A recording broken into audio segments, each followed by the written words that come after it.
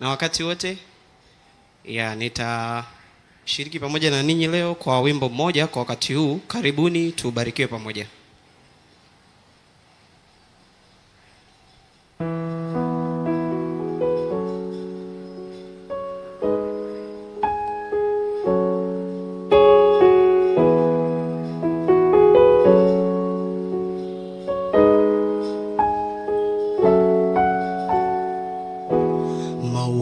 Madogo hayalalami,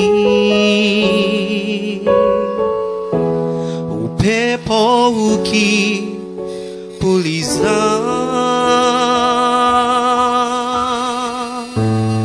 na kamwe hayali, japo usukwa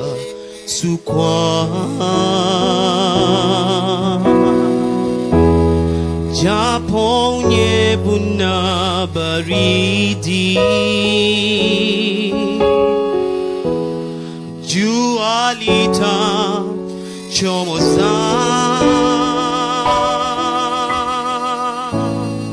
na yatatabasamu,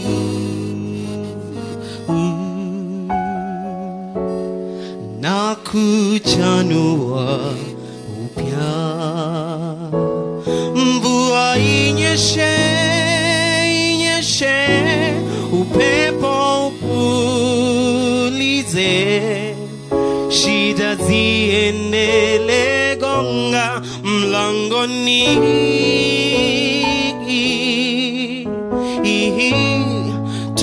tukijifunza vyema,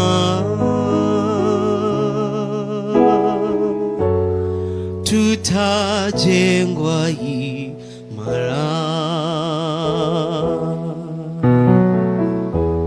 Mawingu yakijikusanya,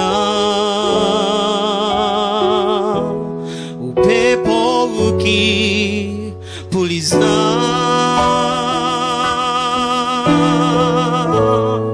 maua hayalalamiki, japo sukwa,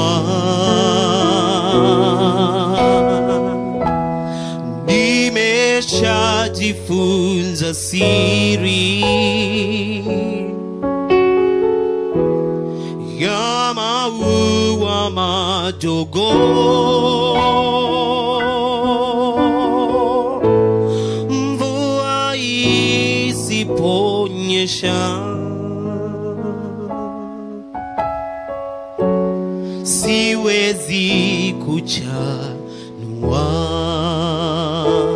Mvua inyeshe, inyeshe, upepo upulize, shida ziendele, gonga mlangoni,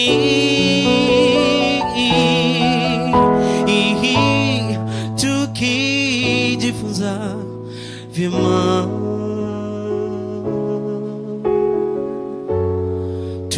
tutajengwa imara. Mvua inyeshe, inyeshe, upepo upulize, shida ziendele, gonga mlangoni,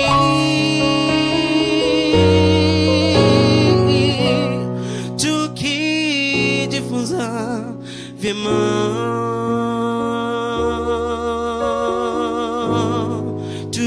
tutajengwa imara.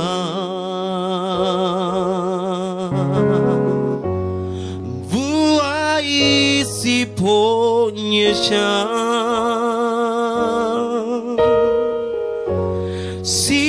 siwezi kuchanua,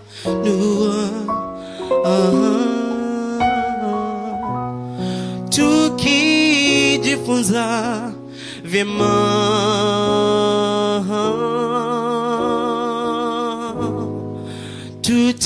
tutajengwa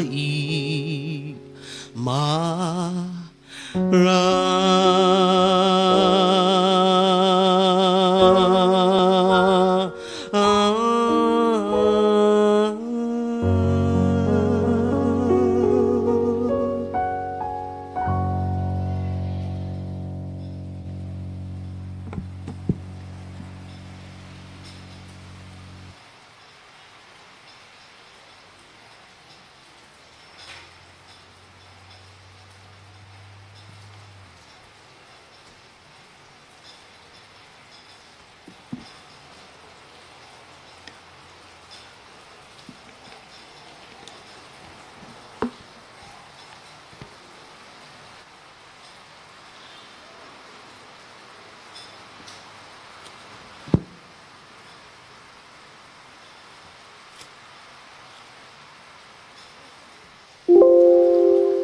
Bwana Yesu asifiwe.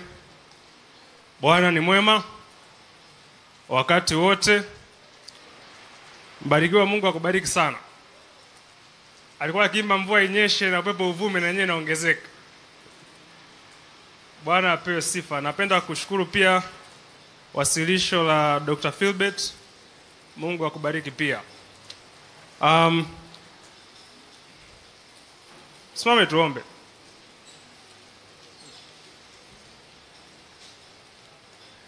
Tuombe. Baba yetu Mungu uliye mbinguni, ninakuomba ukanitumie kama upendavyo na kubariki watu wako kwa jina la Yesu Kristo, amina.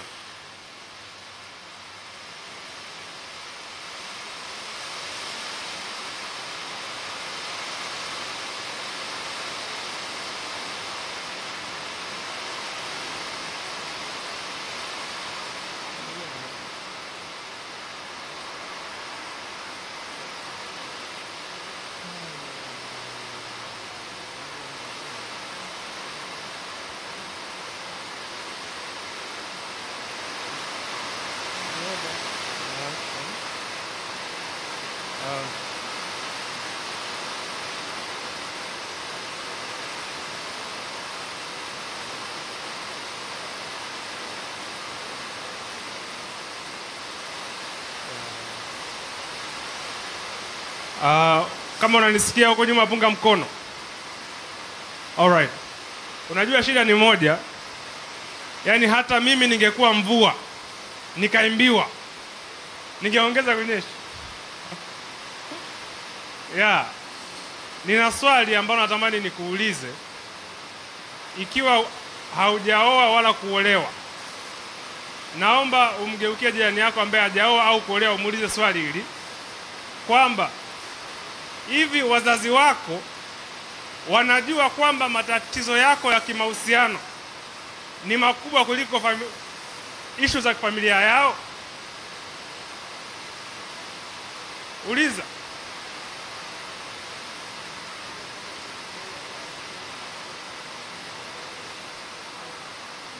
Okay, nimeambia nisubiri kidogo.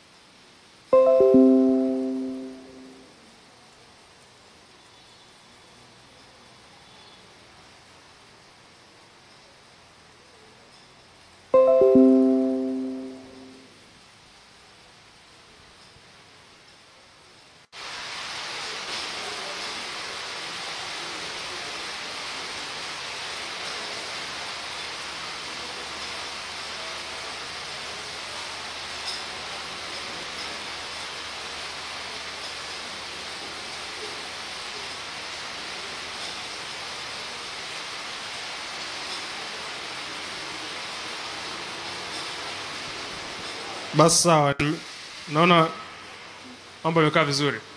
Nilikuwa nauliza kwamba hivi wazazi wako wanafahamu kwamba matatizo unayopitia kwenye mahusiano yako ni makubwa kuliko family issues zao?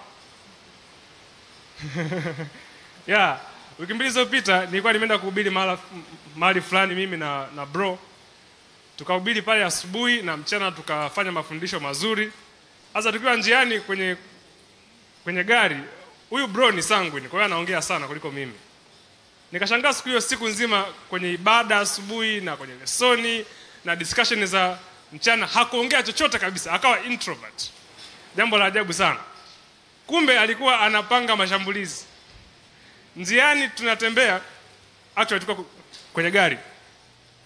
Akaniambia, bro, angalia hii meme. Mara nyingi memes nyingi zinakuwa na ka emoji kale kakuchekesha, ila hii ilikuwa kavu. Imeandikwa, does your parents know that your relationship problem is bigger than their family issues? Kwa tukacheka sana. Kwa jina naitwa Pastor John Atashasta, niko hapa kuongelea matatizo. In fact naongelea tatizo moja ambalo ni tata, limefumbika na halionekani. Lakini tatizo ni gumu na matokeo yake ni makubwa sana. Tena yanaathiri miundombinu ya akili za vizazi hata vizazi. Ili tatizo nimeliita family disenchantment. Yaani kama wale andika family alafu andika DISENCHANTMENT. Family disenchantment. Yaani kitendo cha kuharibika misingi ya awali ya kifamilia. Yaani hapo nimetafsiri sana. Naomba mnipe amina. Hiki kitendo hichi, ili tatizo ndio mzizi wa matatizo mengine mengi ambao leo nimekuja kulizungumzia. Tatizo la family disenchantment ni hali ambayo imezuka sasa hivi na karne iliyopita, cha kuchukulia mambo ya muhimu yakawa mbadala ya mambo ya msingi. Yaani kwenye maisha kuna vitu vya muhimu na vitu vya nini? Vya msingi. Sasa hivi mambo ya muhimu na zile alama za mpauko mbadala wa mambo ya msingi. What is important has replaced what is foundation. Kuna changamoto hapo kanatokea kwa wanaume familia. Kwa hivyo alama za mpauko zinaonekana. Jambo la kwanza, kuna changamoto hapo kanatokea kwa wanaume. La pili, kunjo na zile alama za mpauko zinaonekana zote. Kuna changamoto hapo kanatokea kwa wanaume. Nazungumzia kunjo na zile alama za mpauko zinaonekana. Kuna changamoto, na hapo ndipo nitagusia tatizo la malezi ya mzazi mmoja. Mambo hayo matatu ndio ambayo tutakuwa tukiyazungumzia siku ya leo kadri Roho Mungu atakavyo na wakati wote tuongoza. Wangapi mmewahi kuona kunjo na zile alama za mpauko zinaonekana? Lamborghini. Kuna changamoto hapo kanatokea kwa wanaume. Na wakati wote kuna shiriki pamoja na ninyi leo. Ni gari ya kifahari sana. Ni maeneo machache inaweza ikapita. Na siku ikipita tunaona tu Facebook imepita leo. Sasa kuna gari moja inaitwa Lamborghini Huracan Evo. Bei yake ni subiri kidogo, $320,000 mpaka $350,000, ambao ni kama $859,000 mpaka $939,000 za Kitanzania. Yaani haya ndio mambo yale ya consumerism alikuwa anazungumzia dokta. Ni pesa kubwa sana. Hii gari ni special. Huwezi ukaendesha tu hivi hivi. Ni gari ambazo ukiwa nazo ukamwambia mtu hauna hela, wewe una matatizo. Very expensive. Ni gharama kubwa sana. Lakini gari hii ikiharibika inakuwa scraper. Sasa nimetumia hii gari, bahati mbaya hatuna PowerPoint ungeiona hapa, kuelewa umuhimu au ukubwa wa hii tatizo.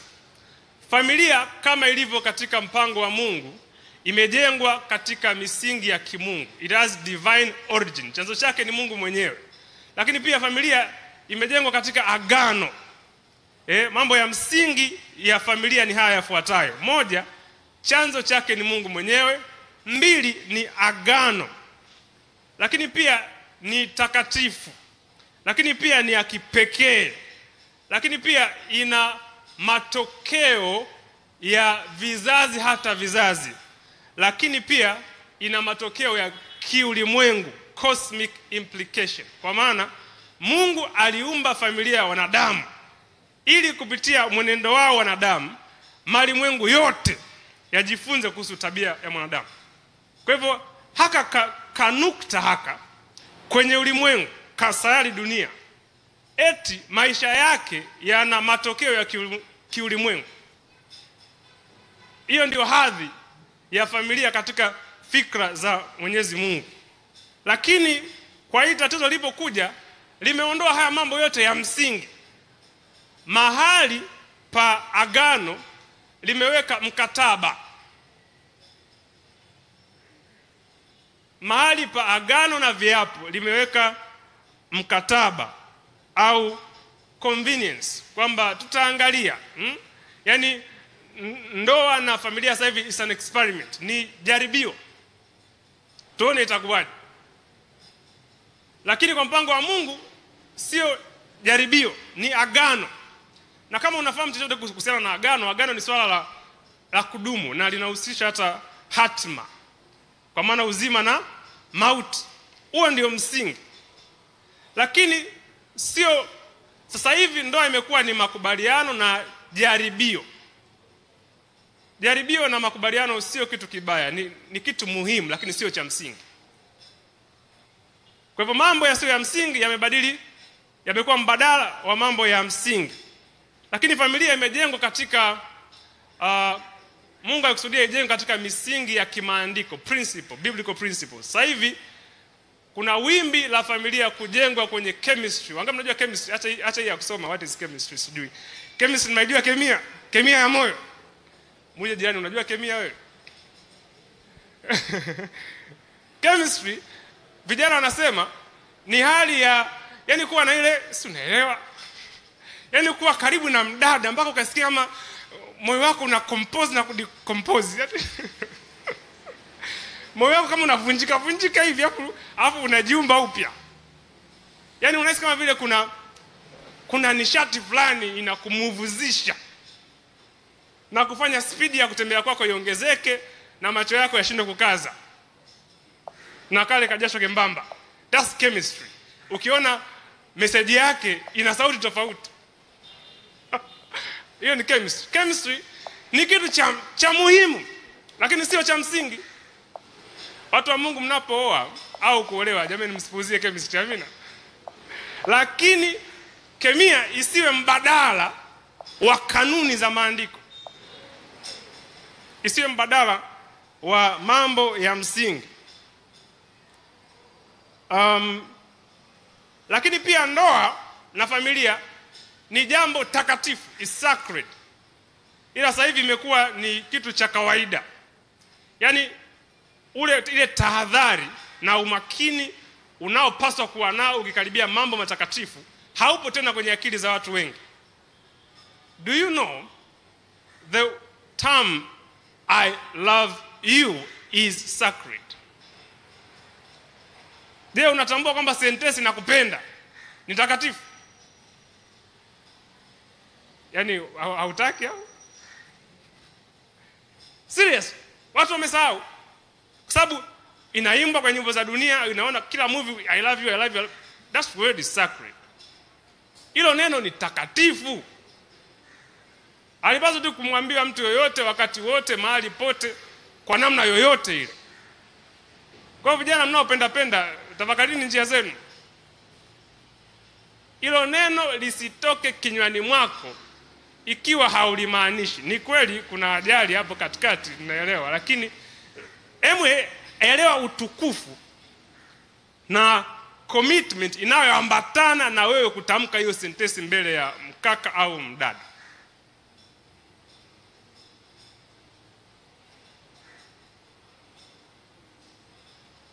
Usiwe haraka kulitamka na usiwe na haraka kuliitikia. Japokuwa sasa wadada huwa mnajifikiria sana. Unamsubirisha mtu miezi 8 kweli unafikiria nini? Eti tuambizane. Kama uko na dada hapa muulize. Huwa mnafikiria nini? Mimi nilisubirishwa. Haya, tuendelee. Pia ndoa ni jambo ni jambo la kipekee, it's special. Familia ni kitu cha kipekee ambacho kinapaswa kuongozwa na misingi ya kipekee ya neno la Mungu na sio trends au mienendo na kilicho maarufu sasa hivi kwenye ulimwengu wa sasa. Ndoa pia na familia zina matokeo ya vizazi hata vizazi. Yule utakayemuoa au kuolewa naye utaishi naye kwa miaka zaidi ya 50, ikiwa mtaishi miaka 70 ile au 80 ambayo Biblia imesema. Nusu ya karne yako unaibet kwa huyu mtu ambaye atakuoa au utaolewa naye. na tabia zenu mnazoziendekeza kwenye ujana mtaziona kwa watoto wenu. Na ikiwa huyo mtu ambaye unakusudia kuingia naye kwenye hii nusu karne ya maisha yako hana mienendo ambayo ungetamani kuiona kwa watoto wako, tafakari njia zako. Kuna kitu atakifanya mwanao, yani yule ni mimi kabisa, au yule ni fulani. Kwa lugha nyingine, watoto wanapambana na mambo sio tu ambayo yanawakabili katika lifetime yao, wanakutana na mambo ambayo wazazi wao waliyaendekeza. What you indulge become propensities to your kids. Unachokiendekeza na kutokukishinda katika ujana wako kinakuwa misukumo asilia kwa watakao toka tumboni mwako. Sehemu ya pili, kazi takatifu kuliko yote ambayo mwanadamu amewahi kupewa, kuliko kuhubiri, kuliko kuimba, kuliko hata kujitoa kuwa mpia dini, ni kazi ya malezi. Sasa kuna wazazi wa aina mbili. Kuna wazazi wa kawaida, wale ambao wana biological children, watoto wa kuzaa, na kuna wazazi kama sisi, wazazi wa Bluetooth, yani ambao tunalea kwa sababu sisi ni walimu, wachungaji, counselors, au watu ambao tuko kwenye kazi za kijamii zinazolazimika kudili na idadi kubwa ya watoto wa wengine. Sisi tunaitwa Bluetooth parents, wazazi wa nini? Wa Bluetooth. Sasa wewe kama ni mzazi wa Bluetooth au biological father au mother, au utakuwa hapo mbele, unisikilize vizuri. Bwana asifiwe. Maandiko yanasema kwenye kitabu cha Mithali 22 mstari wa 6, train up a child in the way he should go, and even when he is old he will not depart from it. Mlee mtoto katika njia nini? Impasayo, naye hata iacha hata akiwa mtu mzima, hata akiwa mzee.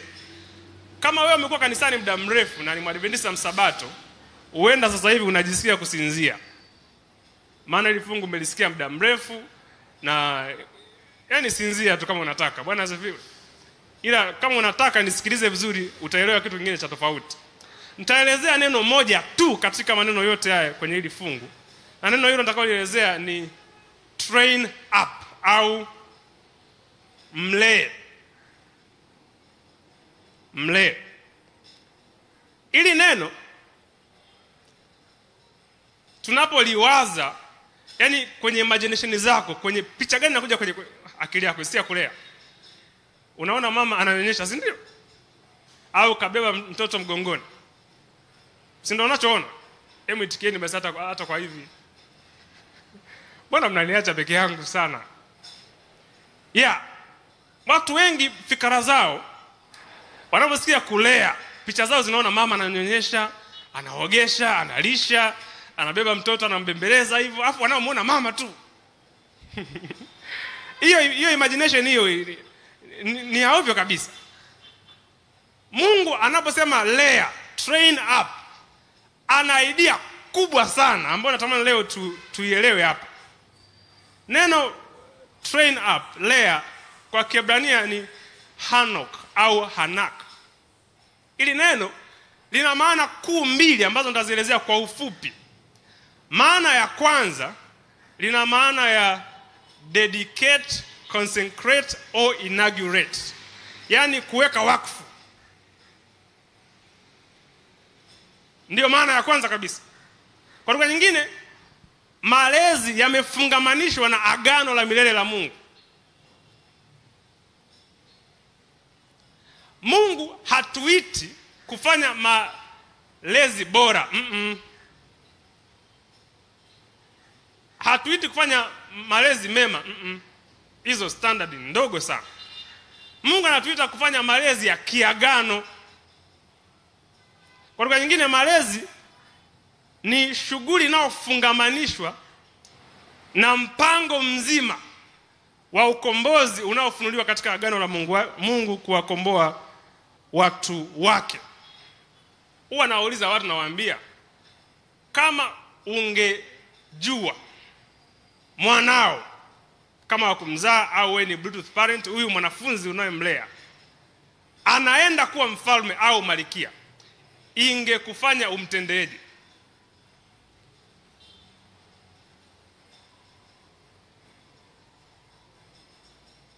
Ungejua kabisa ni huyu James, huyu Dorcas, huyu anaenda kuwa mfalme au malkia, ungemleaje au kumtendeaje? Je, hiyo ingebadili namna unavyoishi naye? Ndio hapana? Yes. Kwa Mungu anapotumia neno hanok, dedicate, consecrate, weka wakfu, anataka uwe na huo mtizamo kwamba huyu naye mlea, huyu naye mfundisha, huyu naye mhudumia kwenye wazo la Mungu ni kitu kilichowekwa wakfu chenye makusudi makubwa katika mpango wa ukombozi wa Mungu. Na bahati mbaya tukizungumzia mpango wa ukombozi na maagano, tunafikiria wachungaji, wainjilisti, sijui masagaji, mambo ya ajabu kabisa. Every profession kwa dhana hii imewekwa wakfu kufanya agano la Mungu lieleweke kwa mataifa yote na wao wapate wokovu. Whether wewe ni engineer, whether wewe ni doctor, whether wewe ni yoyote yule katika hiyo field yako, Mungu amekusudia uwe wakfu kwa kazi ya kufanya agano la milele la kukomboa watu liwaokoe wote wanaokuzunguka. Na hiyo idea alitaka iwe katika akili ya kila mlezi, mwalimu na ambaye anashughulika na akili za watu.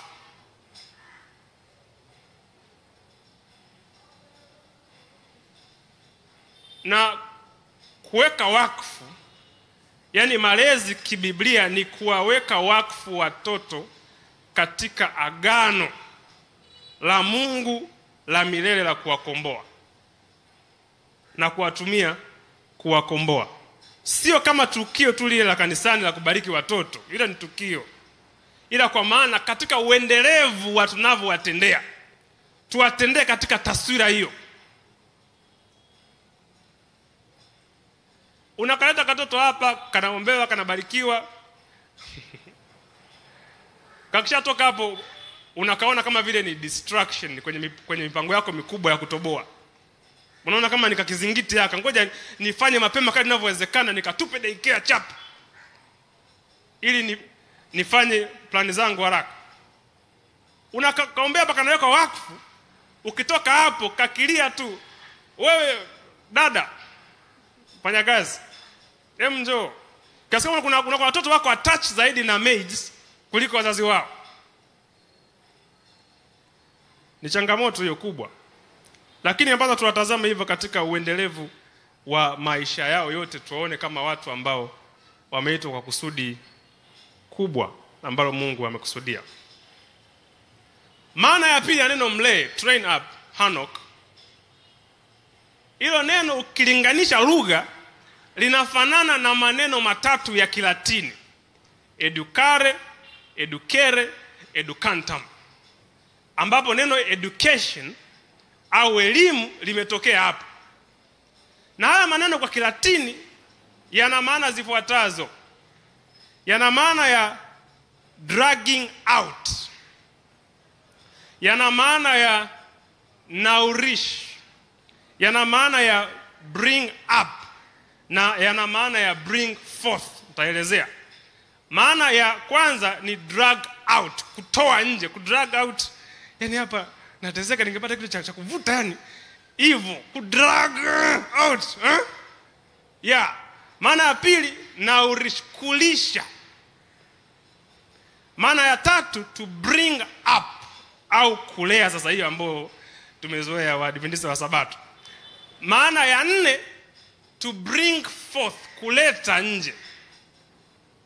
Kwa lugha nyingine ni kwamba mtoto sio empty plate, sio sahani tupu au karatasi nyeupe kwamba unaweza tu utakachoandika. Simekuwa mnaambizana kwenye mastagadi punga mkono, ya kwamba mtoto bana ni karatasi nyeupe, yani ukiandika acha uongo. Mtoto sio karatasi nyeupe au sahani tupu. Mtoto, ngoja niseme Kiingereza hapo nitatafsiri vizuri. The child's brain is not an empty slate. The child's brain is an active cosmos of potential, flaws, and possibility that extend beyond their timeline. Mtoto sio karatasi nyeupe, ila ni ulimwengu active, massive cosmos. Yani ushaona wangapi mnaangalia zile documentary za universe, stars zina collapse, zinalipuka, mnaangalia zile? Asa like that, hiyo idea ndio kichwa ninapotumia ulimwengu. Ni kama yale ni ulimwengu mtata active ambao umejumuisha potential, uwezo asilia, umejumuisha kasoro, makosa, na umejumuisha pia possibility, uwezekano wa kuwa, ambao uko beyond, uko nje ya muda wao watakaoishi. Si unajua unapozaliwa unarithi vinasaba 500 kutoka kwa wazazi wako. Unafikiri vinakuja tu kavukavu? Kuna mambo kabla hujajua kusoma na kuandika tayari ni msukumo. Kuna maudhaifu ambayo kabla hujaanza kupambana nayo tayari unayo. Kwani sisi Adam kipindi anaanguka tulikuwepo? Sasa hujaelewa nini? Bwana asifiwe. Kwa hivyo Mungu anaposema mweke mtoto wakfu, anataka ufanye mambo manne. Drag out the weeds. Toa magugu ndani. Usiashumu mtoto ni malaika, ni uongo. Mtoto sio malaika mpaka atakapokufinya utaelewa. Mtoto malaika kana kufinya, hapo umetoka kukapa maziwa. Anataka drag out the weeds. Ondoa mazoea mabaya ambao wazazi wao walipuuzia kuyashinda na babu yao walipuuzia kuyashinda, sasa yamekuwa ni msukumo asilia wa huyu mtoto. Anataka pia unourish the potential. Ulishe na kukuza ule uwezo wao asilia. Usidogoishe shauku yao ya udadisi. Iyo, yani unapo jitahidi kumpa maadili, angalia usiwe na bidii sana kiasi cha kukataza kila aina ya udadisi. Ni kweli anavunja vyombo, lakini sasa ile shauku ya kuvunja vyombo, yani yeye ana swali, hichi ni kama mpira, hichi kule ulionipatia jana au hichi chenyewe haki. Na akivunja mara kwanza, kumbe hichi akidundi.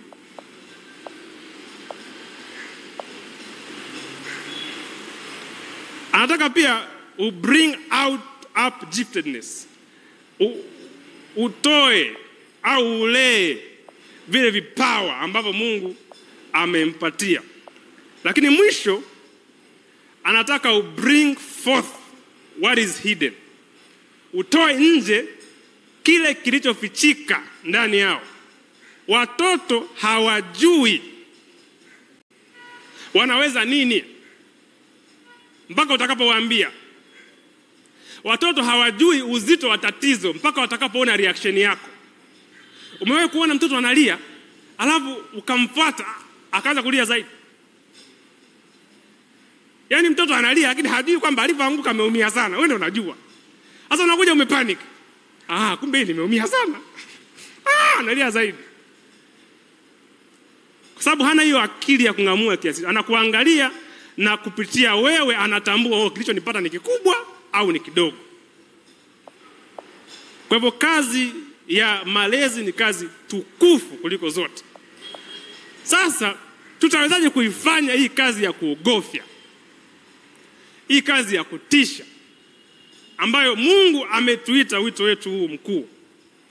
Maandiko yanajibu na kusema kwenye kitabu cha Mithali 13 mstari wa 15 na 16. Good understanding gains favor. Ufahamu upata kibali. But the way of unfaithful is hard. Lakini njia ya wasioaminifu ni ngumu. Every prudent man acts with knowledge. Kila mwenye busara anatenda kwa maarifa. But a fool lays open his folly. Lakini mpumbavu hudhihirisha upumbavu wake. Kwa lugha nyingine, unahitaji mambo mangapi? Mawili. Knowledge and understanding. Unahitaji maarifa na ufahamu ili kuweza kutimiza ili jukumu ambalo Mungu amekuitia. Na nina argue kwamba unahitaji maarifa na ufahamu wa mambo matatu. Unahitaji maarifa na ufahamu mambo mangapi? Ila nitaelezea moja kwa sababu za muda. Nafikiri baadaye wale ambao mtapata hii document niliyoandika mnaweza mkaona kwa mambo huwa yaishi. Amina. Yeah. Jambo la kwanza ambalo unahitaji maarifa na ufahamu wake ni brain development. Namna ambavyo akili inakuwa.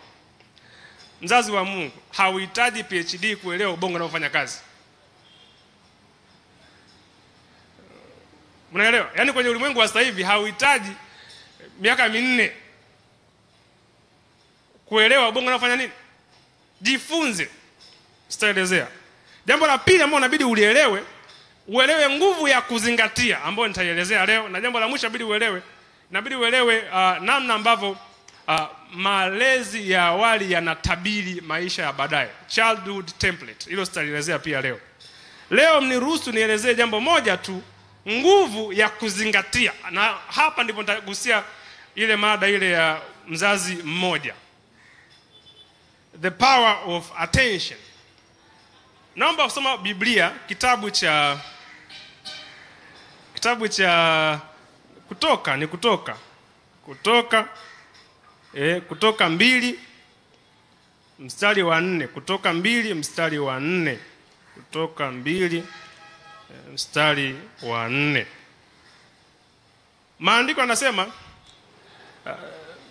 the baby's sister stood a short distance away to see what would happen to him. Story ni kwamba Musa amezaliwa na wanaume hawahitaji katika nchi ya Misri. Ila kumficha wakaamua wamweke kwenye kisafina kidogo, alafu wamweke kwenye ule mto, baadaye wafuatilie ili kuweza kumlea. Na hili fungu inaelezea kwamba dada yake Musa, Miriam, alikuwa amesimama kwa umbali mfupi akimzingatia, akimtazama Musa kwenye kisanduku, kwenye kisafina. Musa tunayemjua leo asingezingatiwa, historia isingemkumbuka, angechanganyika na watu wengine na isingejulikana. Ila alikuwa kumzingatia huku ndipo kulihakikisha identity yake, utambulisho wake. Kwa kumzingatia huku ndipo kuliwapatia fursa ya kutengeneza mpango mwingine wa kiintelijensia wa kumrejesha na kumlea. Nguvu ya kuzingatiwa ndio nataka nizungumzie kwenye sehemu ya mwisho ya wasilisho, kisha nitaruhusu maswali.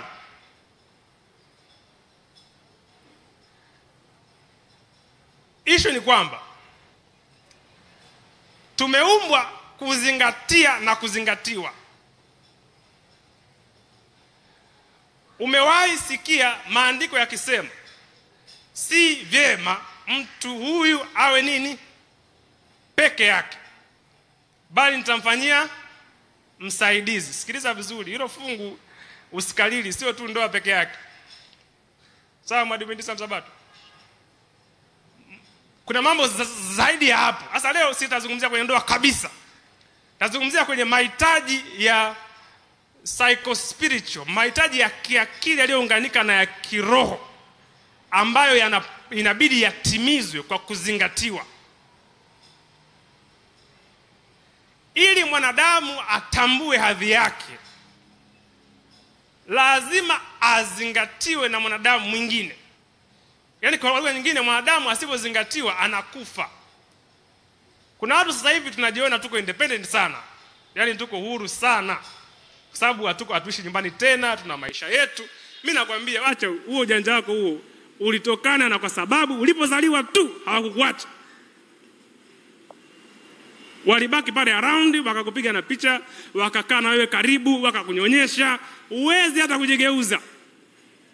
Sasa hivi unapendeza tu, Mungu anakuona. Ulizingatiwa ndio maana uko hai.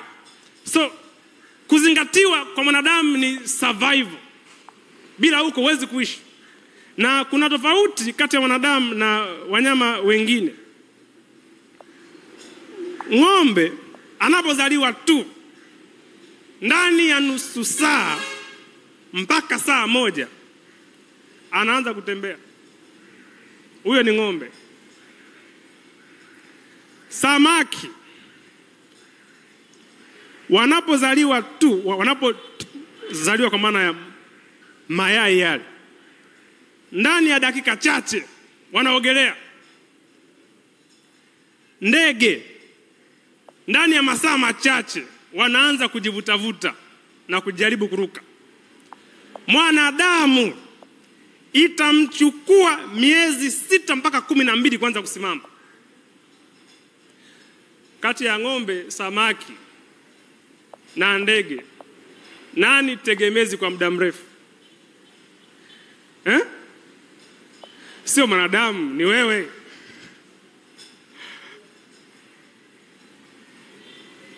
Kwa hivyo mwanadamu asipozingatiwa hawezi ishi. Na kila wakati mwanadamu ambapo hakuzingatiwa, mambo majanga makubwa yalitokea. Hata tatizo la dhambi halikuanzia kwenye kula lile tunda. Ilianzia kwa wajibu, kwa kupuuzia wajibu wa kuzingatiana. Wale ambao mmesoma roho nabii, kitabu kinaitwa Patriarchs and Prophets, Creation, sura ya 2 na sura ya 3 nasema Temptation and the Fall.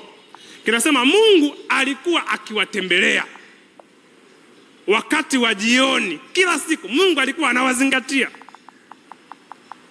Peku Mungu anakuja kabisa, wanamuona, wanamshika mkono, huenda wanakimbizana, maybe, msinuku, lakini hapa anawazingatia. Na tunaambiwa malaika walikuwa wakiwafundisha. Wanaambia sasa sikilizeni watu, mambo yasiwe mengi. Kuna jamaa ameshaanguka. Nini? Usalama wenu msitengane kabisa. Yaani hakikisheni kwamba unajua mwenzako alipo. Ila tunamsingiziaga Adamu kwamba hakudanganywa. Adamu alifanya kosa kubwa zaidi.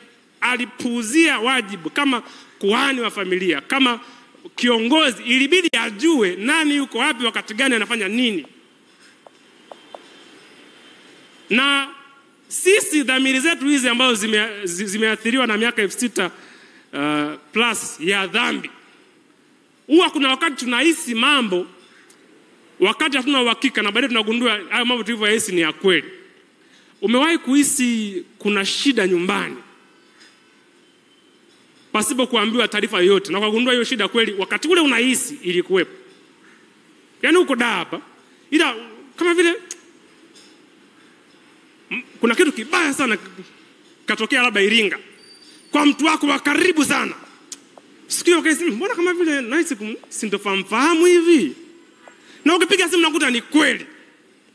Sasa ikiwa dhamiri zilizoathiriwa na dhambi kwa maelfu ya miaka zaweza kukisia hatari pasipo kuambiwa, si zaidi sana dhamiri safi isiyo na dosari ya dhambi ya Adamu kabla hajaanguka? Do you think Eve alipoenda mbali na Adamu, dhamiri ya Adamu haikumstua? Just think. Hivi unafikiri Adamu hakuanza kuwa na hivi, yuko wapi mama huyu? Lazima conscious yake ilisumbua. Lakini ndo kujikaza ile, si unaelewa? Tulime tu hapa, tulime. Na Eva pia hivyo, hatua moja ikifuata nyingine alikuwa na tashwishi, ila ninachofanya ni dangerous. Lakini sasa Mungu muumbaji kaumba vitu vingi bana. Twende. Kwa long before hajakutana na shetani face to face, dhamiri zao walizipuuzia. Walipopuuzia kuzingatiana, na kuitikia mwitikio wa kumzingatia mwingine. Wakawa vulnerable, wakawa rahisi kuvamiwa na kuharibiwa. Kifo cha kwanza Abel ni kwa sababu mwanadamu alikana wajibu wake wa kuwajibika kwa ajili ya ustawi wa mwingine. Am I my brother's keeper? Je, mimi ni mlinzi wa ndugu yangu? Niache bana Mungu, mimi na maisha yangu. Yaani afu mbona wanifuatilia sana? Kwa kila wakati ambapo tunapuuzia kuzingatiana, itapelekea vidonda moyoni ambavyo vitamfanya iwe rahisi huyo kijana kujitupia kwenye tabia hatarishi, risk behaviors. Ukweli ni kwamba Mungu alikusudia katika malezi mtoto azingatiwe na wazazi wote wawili, wa kiume na wa kike. Na kupitia kuzingatiwa huko wanatoa mfano wa tabia gani zikuzwe. Attention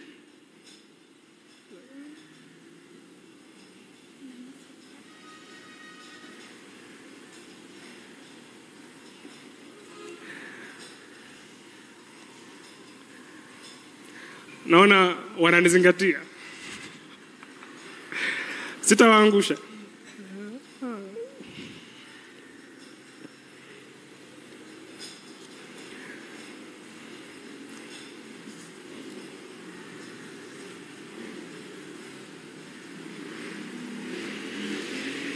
Haya. Mambo Mungu alikusudia kwamba mtoto anapolelewa kwa akili yake ile teketeke izingatiwe na wazazi wa pande zote mbili, ambao wataamua ni tabia gani zikuzwe ndani yake. Na namna mama anavyomzingatia sio namna ile ile ambayo baba anamzingatia. Tuko sawa? Kuzingatiwa kwa mama, the motherly attention, kunajenga tabia za kujitawala kihisia, emotional regulation, kujiongoza na kujitawala kihisia. Lakini pia kunakuza tabia ya empathy, kuhurumia wengine. Na kunamfanya mtoto awe na tabia za kujumuika kirahisi, yani codependence, apende kutegemeana na wenzake. Kuzingatiwa kwa baba kunachochea tabia za ujasiri na kutake risk, yani kukabili hatari. Kunachochea tabia za confrontation, yani kukabili hali ngumu, yani tatizo kulikabili mbele kwa mbele. Lakini pia kuzingatiwa kwa baba kunapelekea ile ujasiri wa kuexplore, yani kutafuta vitu mbalimbali. Sasa mzazi anapokuwa mmoja, kwa sababu zingine nyingi, sio kila mzazi anayelea peke yake ni kwa sababu ni muovu. Kuna sababu za makosa yake na kuna wengine hawana makosa kabisa. Mtu labda amefiwa, mambo ni mengi, sawa, ambayo utayagugo. Amina. Kwa sababu ya muda hapa mimi nitakurahisishia tu kwa ufupi. Sababu ziko nyingi sana ambazo unaweza ukatafuta mwenyewe. Kwa sababu yoyote ile ikatokea mzazi yuko mmoja, kuna uwezekano huyu mtoto akawa ana modo au mfano wa upande mmoja. Kwa lugha nyingine akakuza mienendo na tabia za upande mmoja, hapo zile za upande nyingine zikakosa. Naona unakuta mtu ni mkarimu sana, ni mwenye upendo na kujumuika, lakini hana ujasiri wa kusema hapana. Why? Hakuwa na father figure ambaye angemfundisha kwamba kuna wakati ya kwako ndo ya muhimu zaidi na sio ubinafsi, inabidi ukatae. Kuna wakati weka mipaka. Wasichana mnanielewa vizuri sijui? Unakuta binti yani ni mkarimu bara, lakini hawezi kusema hapana. Kwa siku anakuwa muhanga wa vijana ambao hawatambui utakatifu wa lile neno na kupenda. Inabidi awe mkarimu, lakini pia ikilazimu kukaza anakaza. ila hakuwepo wa kumodo kukaza. Au umekuta kijana ambaye amekuwa na modo moja tu ya kukaza, kupambana, kukabili, ila hana ile empathy. Hauoni umetengeneza terrorist. Ukizengua mimi na kushuti basi. Kwa hivyo ni tatizo kubwa sana. Ona hizi tafiti afu kisha nitaruhusu maswali.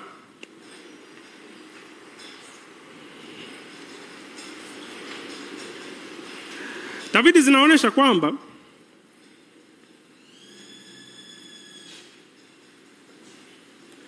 asilimia 71 ya watoto wanaoacha shule high school wanatoka katika familia zenye mzazi mmoja. Asilimia 70 ngapi? 71. Watoto wanaotoka kwenye familia ambazo hazina baba wana uwezekano mara 4 wa kujiua au kujaribu kujiua.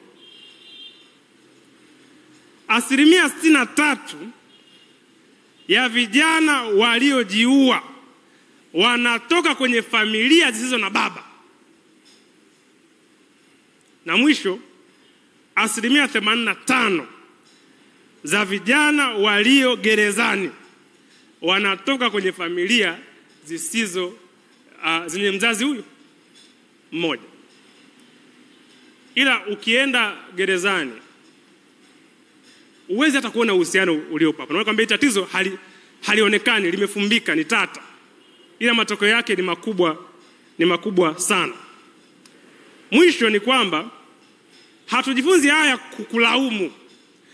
Single parents, wherever you are, popote ulipo, naomba upokee hugs huko uliko. Pokea. Mimi ni miongoni mwenu. Bwana asifiwe. Kwa hivyo tuko hapa kuwalaumu au kusema kama una date single parent geuka upande, acha mambo ya ajabu. Elewa. Usikalili.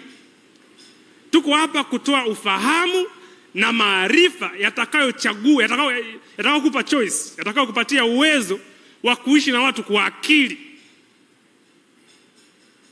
na kupona kama umekuwa muhanga kwa namna moja au nyingine. Usikate tamaa. Kuna maisha mbele ya kituo. There's life beyond full stop. Tunapokuja kwa Mungu tunatokea nyuma kwenye kale na maumivu na ushindi wa hapa na pale na vidonda. Mungu anapotujia anatokea kesho na uponyaji na tumaini na urejeshwaji. Na kisha anatufanya tuwe sehemu ya story ya uponyaji ya Yesu Kristo. Mwisho ni kwamba uchaguzi wako ni wa muhimu. Uchaguzi wako sasa hivi ni wa muhimu kuliko hulka yako. Uchaguzi wako wa sasa ni wa muhimu hata kuliko attachment style uliokuwa nayo kutokana na malezi. Ni wa muhimu kuliko hata mazingira uliokulia. Ni wa muhimu kuliko majanga au baraka ulizozipata. Kwa neema ya Mungu unaweza kuanza upya, na kwa nguvu ya Roho Mtakatifu sehemu yako dhaifu kabisa yaweza kuwa imara kuliko zote. Bwana Yesu apewe sifa. Karibuni kwa maswali machache. Alafu na dakika 13. Nao nizingatia ninazikumbuka. Dakika ngapi? Mtu mwenye swali, nyongeza nini? Aulize. Tuanze na Victor. Samani, unasema jina lako moja then unauliza. Victor. Microphone please. Wale mnao.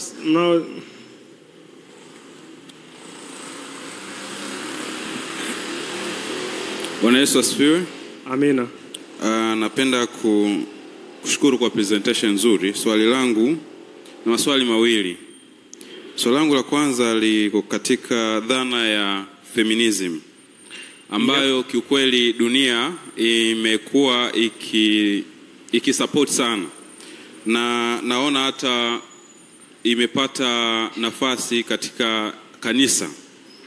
Organizations nyingi ambazo zinatengenezwa sasa hivi ni kwa ajili ya kufoster dhana nzima ya feminism, kwamba mwanamke anaweza. Na watoto wengi wa kiume sasa hivi wamejikuta wanalelewa na kina mama, na madhara yake ni makubwa sana. Kwa sababu ya kutokuwa na baba, watoto wengi wanaanguka katika wimbi la kuwa mashoga. Nafanya kazi pale emergency department, unakuta watu wengi wanakuja na anorectal cancer. Ni kwa sababu pia labda walikosa figa hii ya baba, au kutokana na dhana ya feminism wamejikuta walipo. Kwa hiyo tunaweza tukalikabili vipi ili dhana ya feminism katika muktadha wa familia? Lakini swali langu la pili ni upande wa education system. Hata tukijiuliza hapa wengi maswali yetu, ukitoa nje profession yetu ambayo tunayo, ni potential, ni kitu gani cha ziada ambacho tuko nacho? Nikagundua kwamba education system ambayo ipo, na ukifuatilia historia yake nyuma, inaathiri kwa upande mkubwa familia na hata malezi. Sasa hivi utakuta mtoto hajafikisha hata miaka 3 yuko nursery, na most of the times ana spend na wale watu ambao hujui hata tabia yao. Kwa hiyo ungeshauri vipi sisi vijana hapa leo kwa upande wa education? Mimi naonekanaga mtu ajabu sana nikisema sitampeleka mtoto wangu shule. Kwa msichana ambaye nakutana naye namwambia sitapeleka mtoto wangu shule, anashangaa, lakini kiukweli nitapeleka shule, lakini kwa namna gani? Nikimuelezea ndipo anaelewa. Kwa ungeshauri watu wafanye nini katika upande wa education?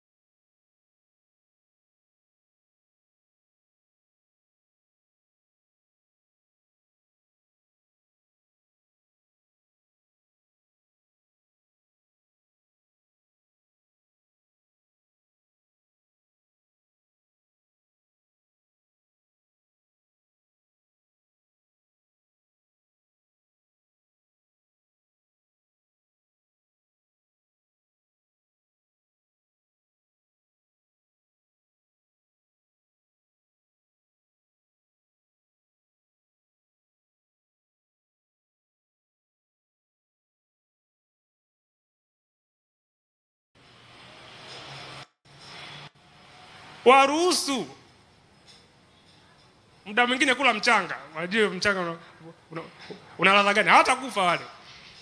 Sasa unapokuwa overly protective, unavunja ile hali ya uthubutu. Kwa hivyo walinde, lakini usiwalinde kiasi cha kuvuka ile stage ambayo inabidi waipitie. Wewe amerudi tu unataka akae afanye assignment. Wewe ulifanyaga? Sasa hivi mwacha aruke huko, ndio umri wake. Unataka awe busy kama MD bana. Mungu anakuona. Peter anasema kuna wazazi ambao malezi ambao wanakuta baba mama wote wapo, lakini bado watoto wanaharibikiwa. Ukweli ni kwamba yako mambo mengi. Unaweza kuwa na wazazi wote lakini wote ni toxic. Baba yupo lakini muda wote amelewa. Mama yupo lakini muda wote analalamika. Kwa hivyo uwepo hautoshi.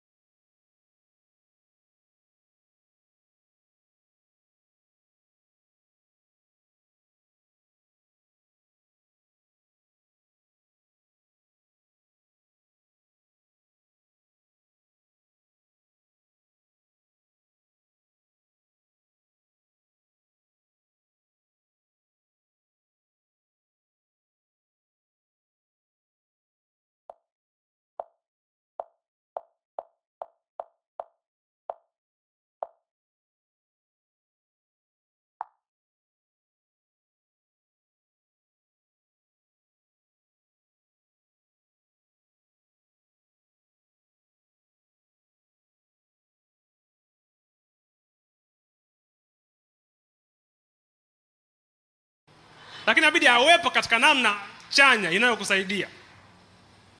Kwa hivyo kuna sababu nyingine nyingi ambazo zinapelekea uharibifu wa mtoto, sio tu uwepo au kutokuwepo. Japo hilo ni jambo la msingi sana. Uwepo ni hatua nyingine, lakini hatua inayofuata zaidi awepo katika namna ambayo inasapoti makuzi yenye uwiano sawia.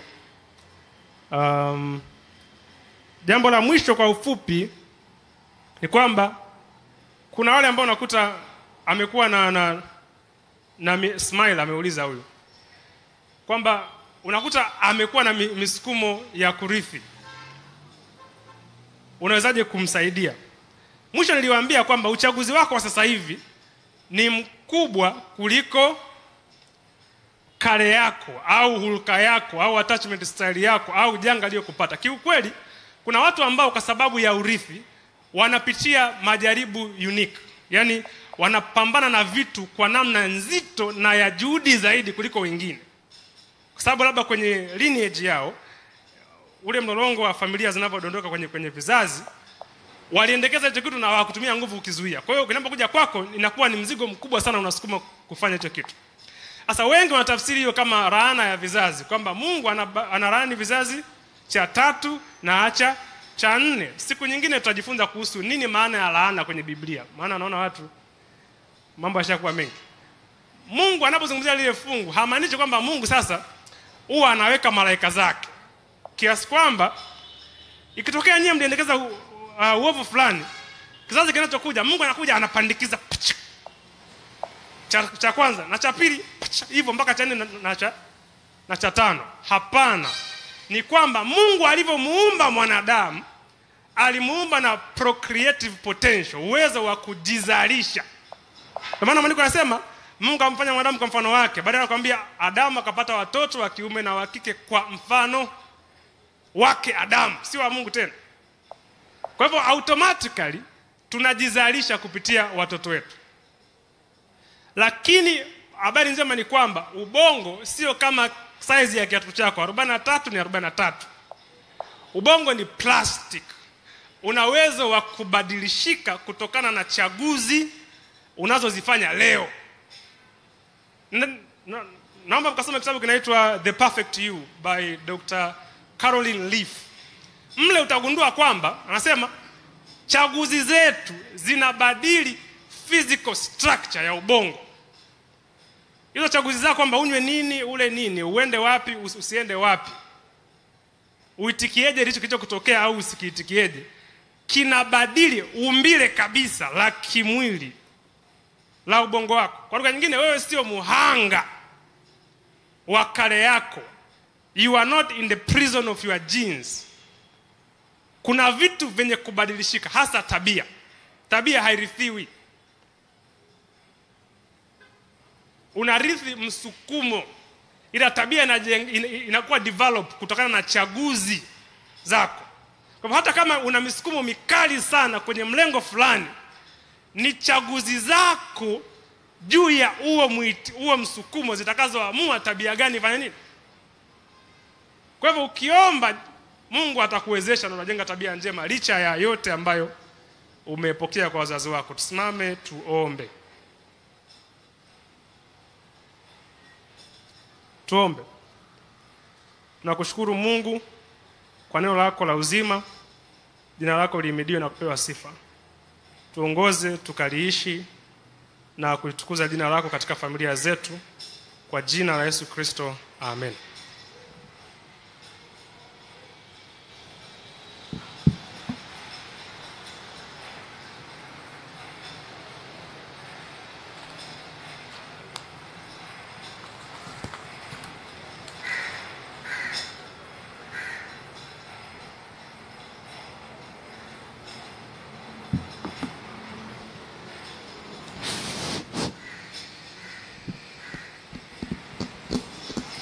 Hello. Bila shaka tumekuwa na uzoefu mzuri kupitia mawasilisho tuliopata kuyasikia kutoka kwa wawasilishaji wetu ambao tumekuwa nao. Na sasa ni wakati ule mzuri wa wale watu ambao watabahatika kuchukua zawadi katika siku hii ya leo. Baada ya kuredefine the concept of family, unawezaje kuyasema malezi? Unawezaje kuelezea kuhusu malezi sasa? Baada ya kuredefine the concept of family, unawezaje kuyaeleza malezi? Mikono tafadhali.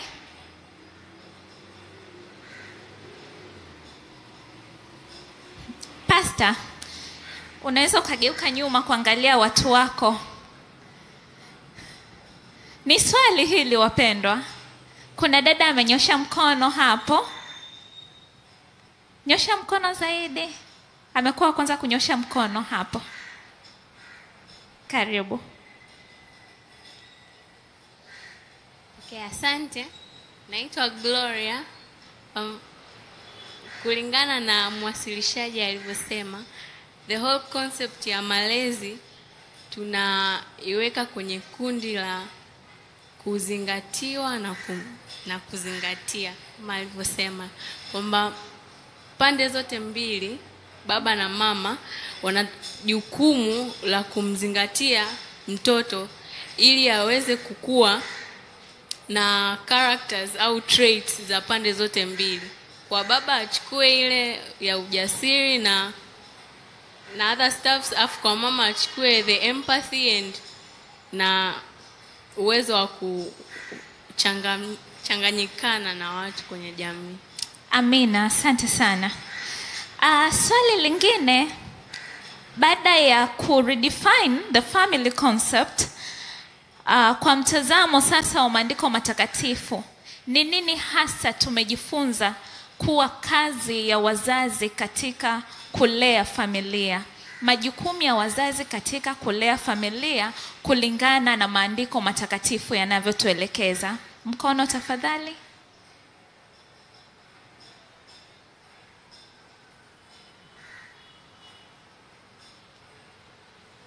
Kule nyuma yako, mbele yako. Sawa, karibu kaka. Asante, naitwa Samson. Majina mawili tafadhali. Naitwa Samson Sevelin. Karibu. Malezi, tunaweza tukazungumzia kwamba wazazi wote wawili wanahitaji kuwepo kwa ajili ya kumtoa mtoto pale alipo, kumpeleka hatua za mbele zaidi. Kwa maana gani? Mama ana jukumu la msingi la kumwandaa mtoto kihisia na kumfanya aweze kuchanganyikana na wengine, lakini baba ana jukumu la kutengeneza encouragement kwa mtoto ili aweze kuwa jasiri na kuyafanya haya ya Mungu na ya duniani kwa usahihi. Amina, ubarikiwe kwa usikivu mzuri. Na mtu wa tatu atakaenda kuchukua zawadi katika kipindi hiki cha leo atatujibia swali linalofuata. Tumejifunza misingi mbalimbali ambayo familia imejengwa kwayo.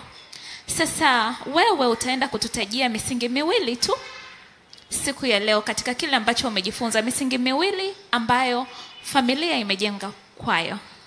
Kuna mkono huko mbele.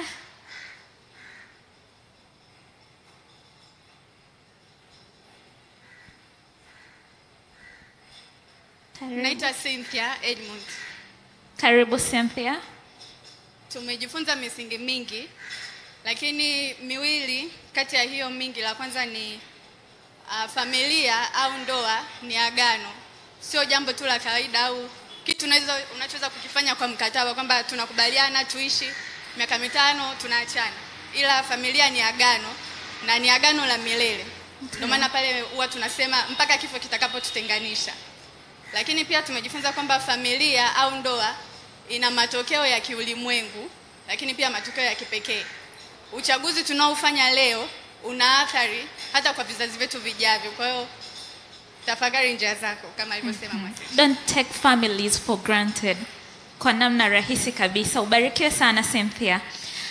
Ninatumaini wote tunaendelea kubarikiwa na tunajifunza hasa kupitia mawasilisho yanayoletwa kwetu siku hii ya leo.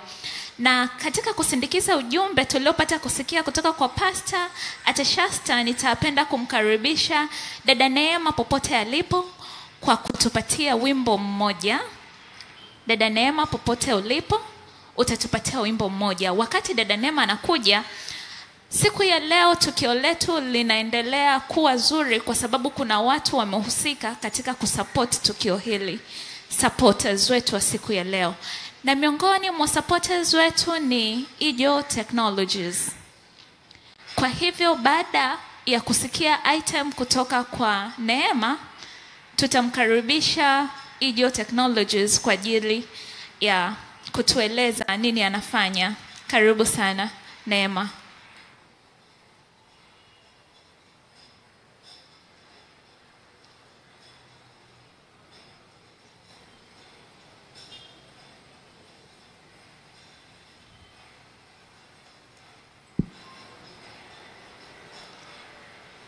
Neema, unaweza kupunga mkono tafadhali? Okay.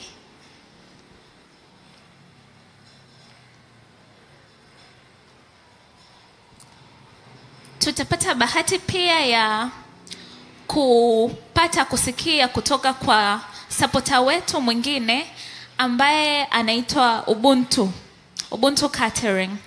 Na huyu atakuja mara baada ya kufanya kazi yake. Nadhani hata ninyi mtapata kusikia lakini pia ku-experience anachokifanya mara baada ya kuattend. Ndiye mtu ambaye amehusika siku ya leo kwa ajili ya kuserve chakula cha mchana kwa ajili yetu hapa. Sambamba na hilo, tumekuwa na watafsiri wetu.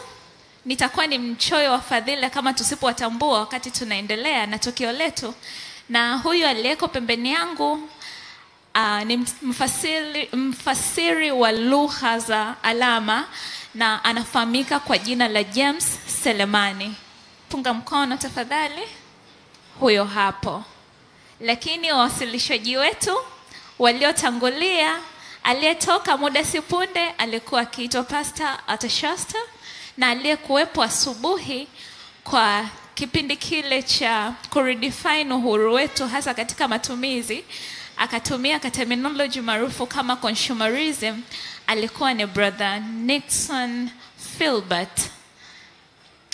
Na mara baada ya kuwapa dondoo hizo chache, ningependa kumleta kwenu dada Neema sasa kwa ajili ya wimbo.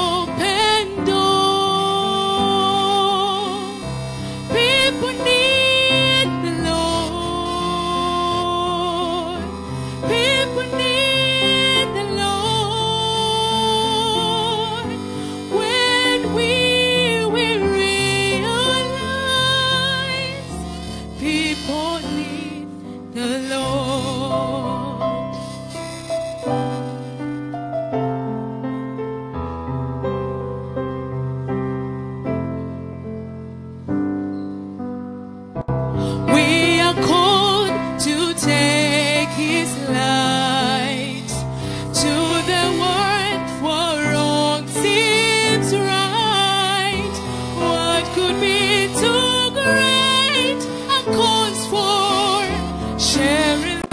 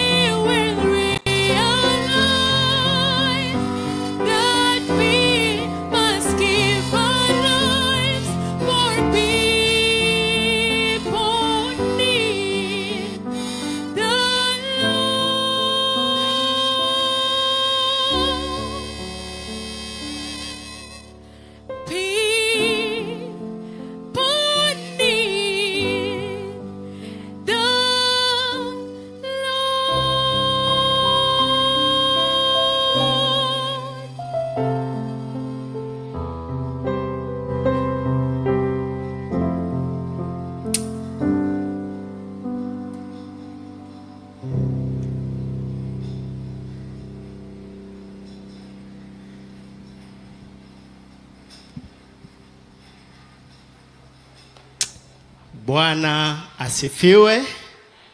Habari ya wakati huu.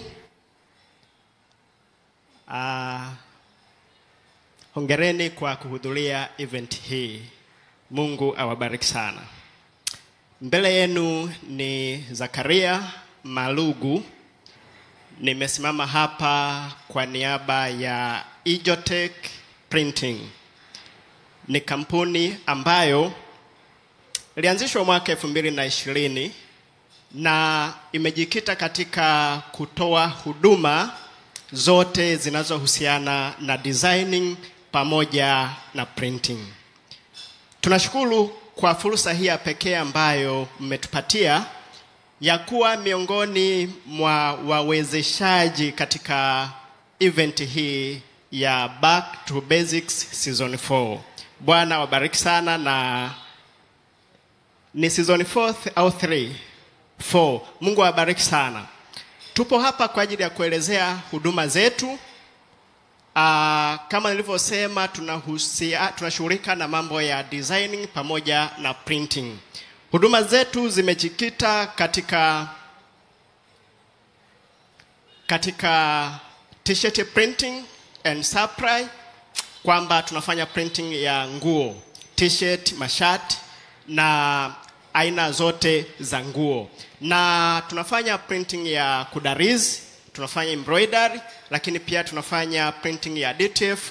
Kama ukiniona hapa nimevaa t-shirt ya ofisi ambayo inaonyesha rangi zote, kama ni nyeusi, nyeupe na kadhalika. Hali kadhalika hii printing unaweza kuprinti picha na ikaonekana katika ubora wake. Kwa sisi tunafanya hii printing kwa ubora, lakini pia tunafanya kwa bei ambazo ni nzuri kabisa.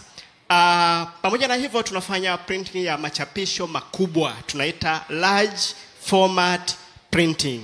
Pale mbele kuna bango liko hapo. Ni miongoni mwa kazi zetu ambazo tumezifanya. Kwa tunafanya hizo printing na tunamshukuru Mungu kwamba tunavitendea kazi vizuri vya kutosha na vyenye uwezo wa kukidhi ushindani wa soko la printing katika nchi yetu ya Tanzania.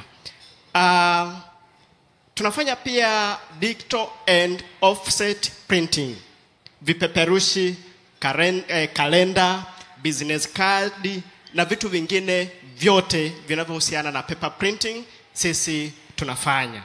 Pamoja na hivyo tunafanya shughuli za tumeenda mbali zaidi, tunauza printing materials kama paper, wino na vitu mbalimbali vinavyohusiana katika mtiririko mzima wa printing. Tunafanya hizo. Pamoja na hivyo tunatengeneza mihuri ya kisasa. Zamani wakati tumekuta mihuri fulani ya miti, unachukua unachovya mahali fulani ndio una stamp mahali ambapo unataka kuweka. Sisi tumetoka huko, tunaenda na technology zaidi. Kwa hiyo tuna mihuri ambayo ukitoa tu kwenye boksi unaweza kuitumia na ni very portable, unaweza kuibeba mahali popote ukaitumia inapohitajika. Pia tunaamini katika kujitangaza. Mimi hapa nimevaa t-shirt. Watu wote ambao wamebahatika kuniona washaiona Ijotech Printing. Sasa tunasaidia watu wajasiriamali na wafanyabiashara katika kukuza brandi zao kupitia kujitangaza kwa namna mbalimbali. Ya kwanza tunafanya kama hizi za t-shirt printing, tuna vitu vingine vya hizi promotional items nyingi, peni, key holders, kofia na vitu mbalimbali. Kwa hiyo kama wewe una njozi ya kukuza brand yako, sisi Ijotech ni watu sahihi wa kufanya kazi nao, kwa sababu tunajua nini soko linahitaji, lakini pia tunajua hitaji lako ni nini. Ukituchagua utakuwa umepata bahati ya kukuza brand yako kwa bei rahisi, lakini pia ikaenda mbali zaidi. Tunaweza kufanya branded t-shirts and caps, customs pen and notebooks, vikombe na chupa za maji, key holders kama nilivyosema, badge, USB flash na vitu vingine vyote ambavyo unaweza kukivaa, unaweza kukishika, mtu anapoona anajua kwamba kuna brand fulani inafanya kazi fulani. Karibu sana. Sasa unaweza kujiuliza, kuna kampuni nyingi zinazofanya printing. Zinaweza kuwa pia zingine ziko karibu kabisa, zingine unaweza pia umeshaona kazi zao. Sasa ni kitu gani kinakufanya utuchague sisi? Ni kweli tunajua kuna kampuni nyingi za printing katika nchi yetu, katika mkoa wa Dar es Salaam na mikoa mingine. Ni sababu gani itakao kuvuta sasa uamue kufanya kazi na sisi? Tumejikita katika mambo makuu matano. Jambo la kwanza, tumejikita katika ubora. Bwana asifiwe. Tunajua mteja anahitaji kitu chenye quality ya hali ya juu. Sisi tumejikita kumpatia mteja kitu ambacho yeye mwenyewe atakifurahia, na wakati mwingine hata kuwa zaidi ya matarajio yake. Yeye alikuwa ametarajia kitu fulani, lakini anakuwa impressed na kuona kitu ambacho ni kizuri zaidi ya vile alivyokuwa ametarajia. Lakini affordable price. Tunakupa kitu kizuri lakini kwa bei ambayo ni reasonable kabisa. Cha tatu ni kudeliver kazi kwa wakati. Wengi unawapa kazi, lakini kwenye kudeliver kazi inakuwa ni kazi kuliko kumpa kazi. Bwana asifiwe. Sisi hilo tulilijua mapema, tunazingatia. Tukikubaliana kwamba kazi yako tutakukabidhi siku fulani, itakuwa hivyo. Na kama ikitokea bahati mbaya kuna dharura, tuna utaratibu wa kuwasiliana vizuri na mteja, kumwambia na kumweleza hali halisi. Pamoja na hivyo, tumejikita katika ujuzi. Artworks zetu au kazi zetu ni professionals. Yaani hatulipui kazi. Kwa tunafanya vizuri na matokeo yanakuwa mazuri siku zote, na wateja wetu wanafurahia kufanya kazi na sisi. Nyingine ambayo ni ya mwisho kwenye zile 5 ambazo nimesema, tunajikita kuwekeza katika vitendea kazi vya kisasa na vyenye uwezo mkubwa. Kwa hiyo vitu hivi vinne hivi vitano vinatufanya tuwe miongoni mwa watoa huduma bora katika shughuli zote za printing. Bwana asifiwe. Sasa unaweza kutupataje? Sisi ofisi zetu ziko Morogoro. Lakini pamoja na kwamba tuko Morogoro, tunafanya kazi mahali popote Tanzania. Yaani iwe Mwanza, iwe wapi, tunakufikia kwa wakati, lakini pia tunakupa kilicho bora kulingana na hitaji lako. Unaweza kutupigia simu kwa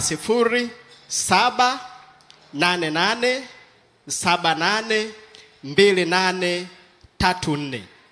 Pamoja na hivyo, tunapatikana kwenye mitandao ya kijamii. Tuko Insta, tupo Facebook, lakini pia tupo TikTok. Mitandao yote hiyo mitatu tunatumia jina la ijotech_printing. Nitafurahi kama mtachukua simu hapo mkatufollow. Mtaona kazi zetu nyingi sana tunazozifanya na mtaendelea kujifunza, na siku moja tutafurahi kufanya kazi na nyinyi. Bwana asifiwe. Lakini pia unaweza kutembelea website yetu www.ijotech.com. Ukifika hapo kwenye page zetu hizo, unaweza like, unaweza kucomment au katuambia chochote ambacho unaweza kukisema. Tunasema tunaamini katika kujitangaza.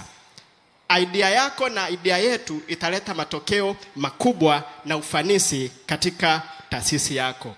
Tuchague leo kwa shughuli zako zote za printing. Utaona faida, utaona utofauti na utamtukuza Mungu kwa kufanya kazi nasi. Bwana wabariki, niwatakie event njema na vipindi vyema. Asante sana. Asante sana.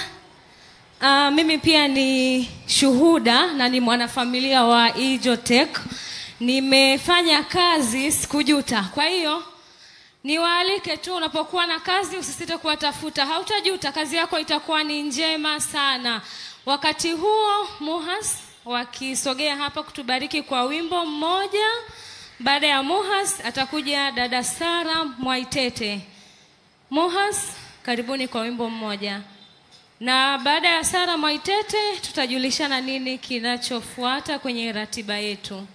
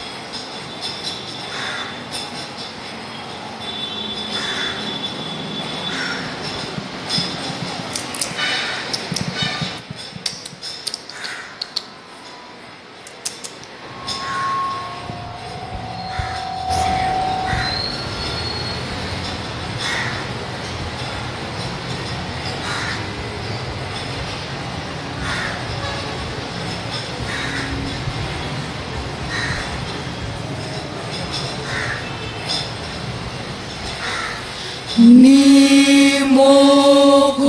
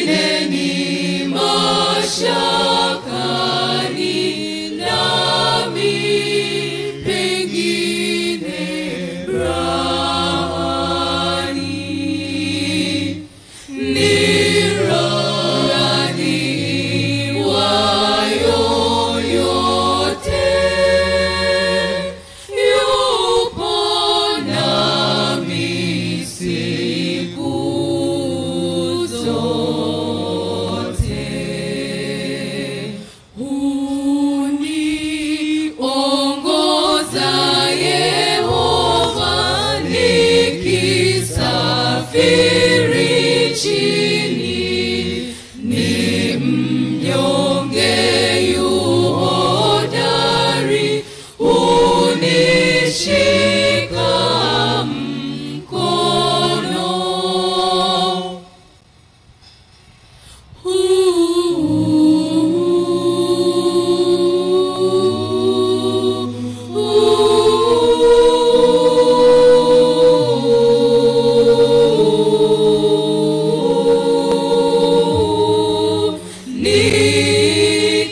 nikiisha kazi chini, sitakimbia mauti, kushinda ni ya hakika, nikiongozwa na Baba, kuongoza hunishika kwa mkono wa hakika,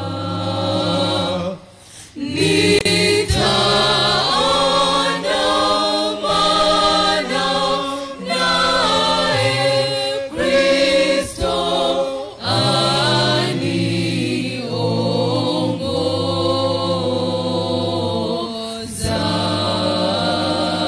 aniongozaye.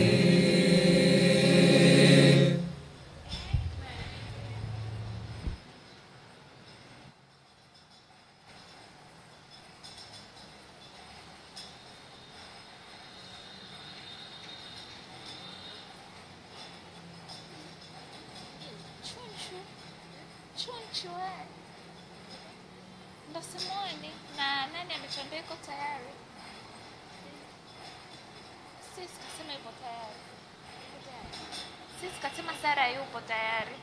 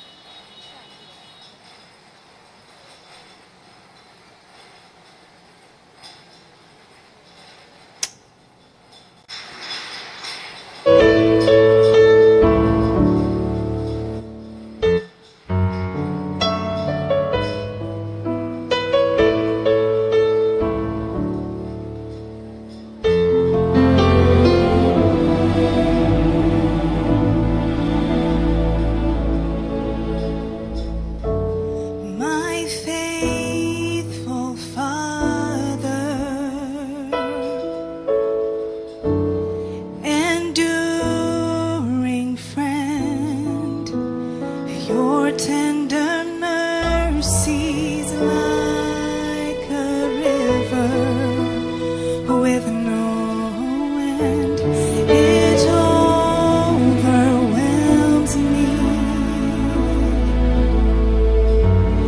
covers my sin each time I come into your presence. I stand in wonder once again. Your grace still amazes me. Your love is still a mystery each day. I fall on my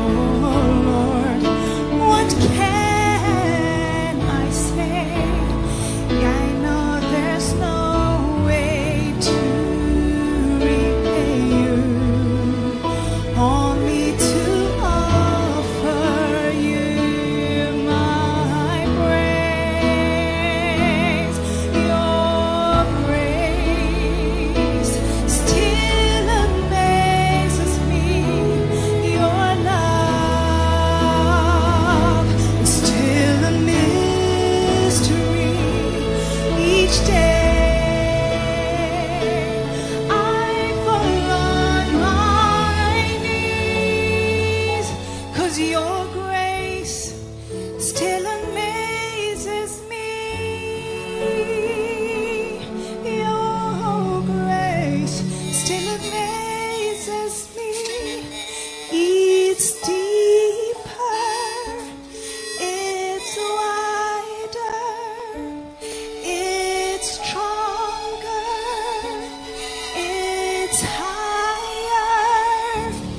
It's deeper, it's wider, it's stronger, it's higher than anything my eyes can see. Of your grace, it still amazes me. Your love, still a mystery each day. I fall on my knees, 'cause your grace still amazes me. Your grace still amazes me.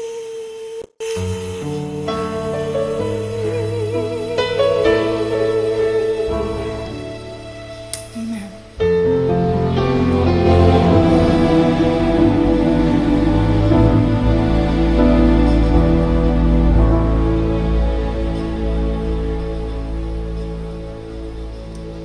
Asante sana dada Sara Mwaitete.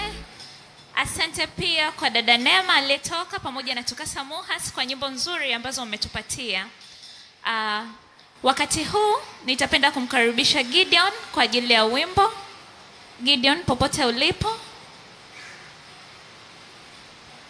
Na mara baada ya Gideon nitamkaribisha Sister Robi. Kama tunaelewana Sister Robi, tafadhali punga mkono ulipo.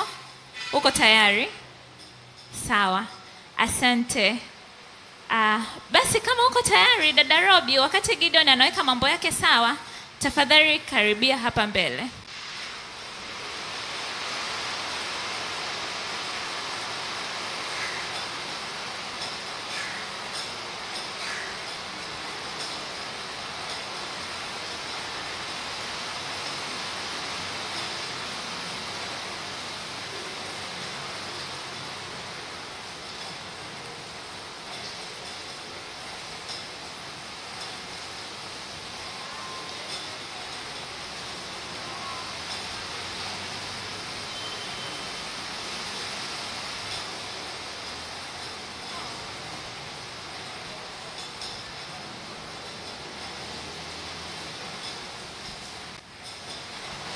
Bwana Yesu asifiwe.